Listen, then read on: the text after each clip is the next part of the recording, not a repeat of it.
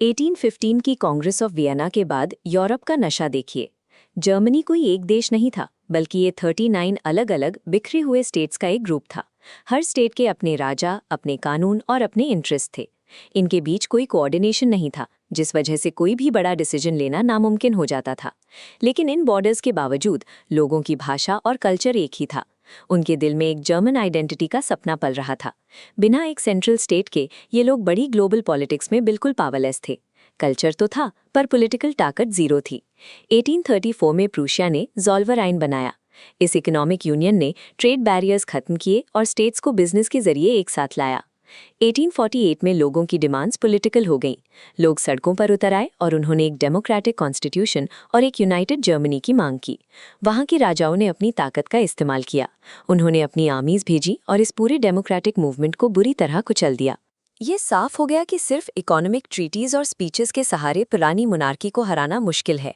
असली बदलाव के लिए कुछ और चाहिए था। ये है किंग विल्हेम द फर्स्ट। 1862 में जब उन्होंने प्रशिया की कमान संभाली, उन्हें यूनिफिकेशन के लिए एक सख्त लीडर की जरूरत थी। इस काम के लिए विल्हेम ने ओटो फॉन बिस्मार्क को अपना चीफ मिनिस्टर बनाया, एक ऐसा मास्टरमाइंड जिसने अगले कुछ सालों में यूरोप का नक्शा बदल दिया। बिस्मार्क ने कहा कि बड़े फैसले स्पीचेस से नहीं, बल्कि ब्लड एंड आयरन यानी युद्ध और हथियार से होंगे। बिस्मार्क ने यूनिफिकेशन को एक ग्रासरूट्स मूवमेंट से हटाकर एक टॉप डाउन मिलिट्री कॉन्क्वेस्ट में बदल दिया। सबसे पहले 1864 में बिस्मार्क ने राइवल ऑस्ट्रिया के साथ मिलकर डेनमार्क पर हमला किया और स्लेस्विग होल्स्टीन जीत लिए। जीत के बाद बिस्मार्क ने इन इलाकों के एडमिनिस्ट्रेशन में ऐसी मुश्किलें खड़ी की जिससे ऑस्ट्रिया और प्रशिया में तनाव बढ़ गया।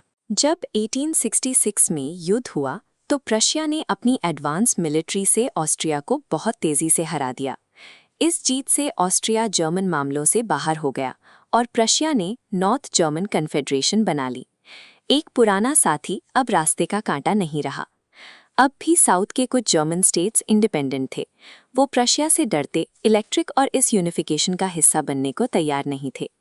इन्हें साथ लाने के लिए बिस्मार्क ने 1870 में फ्रांस को युद्ध के लिए उकसाया, ताकि पूरे जर्मनी के सामने एक बड़ा दुश्मन खड़ा हो जाए।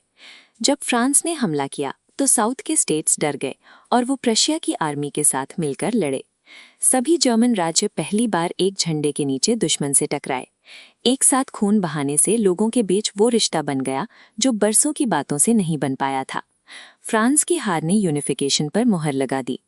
18 जनवरी 1871 फ्रांस के सबसे बड़े महल वर्साई के इस हॉल ऑफ मिरर्स में एक ऐसी चीज हुई जिसने पूरी दुनिया को चौंका दिया। इसी महल में किंग विल्हेम द फर्स्ट को यूनाइटेड जर्मनी का एम्परर यानी काइजर घोषित किया गया। मैप पर देखिए, वो 39 बिखरे हुए स्टेट्स अब गायब हो चुके थे और उनकी जगह यूरोप के बीचों बीच एक मजबूत बॉर्डर वाला देश खड़ा था। अब यूरोप की ताकत का बैलेंस पूरी तरह बदल चुका था। एक नई सुपर पावर का जन्म हो गया था, जो आगे चलकर हिस्ट्री की सबसे बड़ी लड़ाइयों का हिस्सा बनने वाली थी।